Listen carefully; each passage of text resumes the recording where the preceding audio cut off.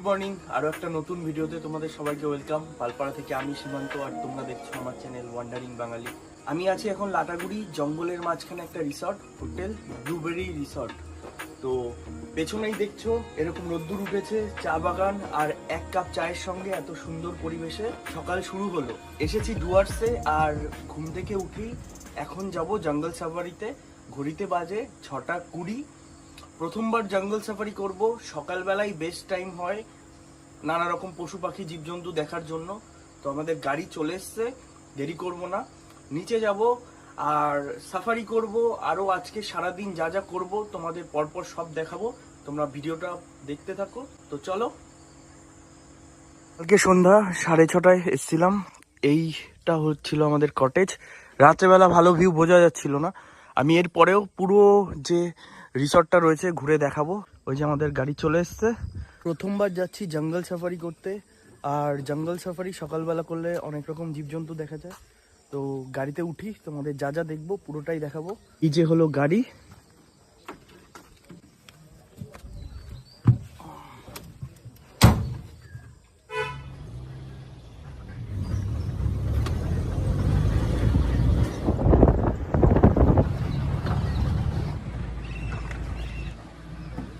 এখান থেকেই মনে হয় জঙ্গল স্টার্ট হয়ে গেছে। এখানে কাকু এন্ট্রি করছে, এরপরেই জঙ্গলে প্রবেশ করে যাব। জঙ্গলের মধ্যে প্রায় প্রবেশ করেই গেছি, সবে জঙ্গল শুরু হয়েছে। আর জঙ্গলের ভিতরে এই সকালবেলা এক আলাদাই শান্তি, ময়ূরের আওয়াজ, পাখির আওয়াজ। যত ভিতরে যাচ্ছি জঙ্গল ধীরে ধীরে গাঢ় হচ্ছে, আর অপেক্ষায় রয়েছি কি কি জীবজন্তু দেখা যায় এটাকে ক্যামেরাবন্দি করব আর তোমাদেরকেও দেখাবো। জঙ্গলের প্রায় অনেকটা ভেতরেই চলে এসেছি। টিয়া পাখি, ময়ূর, আরো নানান রকম পাখির আওয়াজ শোনা যাচ্ছে, কিন্তু এখন পর্যন্ত একটা কিছু দেখতে পারিনি।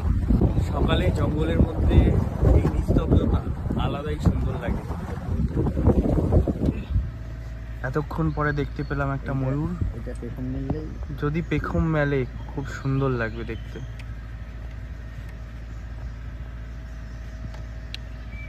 এই যে গাছের পাতা খাচ্ছে ময়ূর, দারুণ।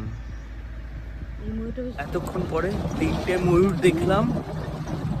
জানি না সামনে আরো কিছু দেখতে পাবো কি পাবো না, তবুও চোখ কান খোলা রেখেছি, ক্যামেরাও ওপেন রেখেছি যাতে ক্যামেরা বন্দি করা যায়।